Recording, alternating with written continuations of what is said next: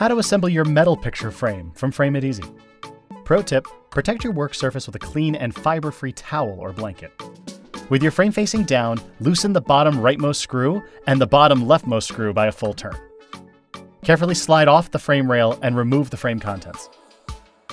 Place your art on the backing. Remove the protective film from one side of your acrylic and place that side face down over your art.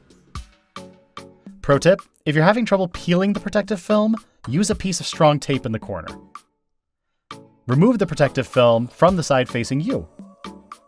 Slide everything back into the frame.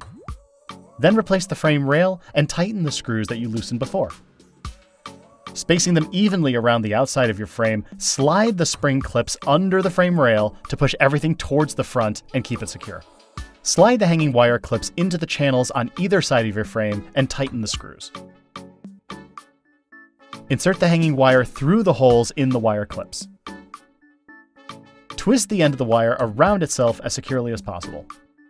Trim the excess wire from the other side, leaving enough to twist around itself.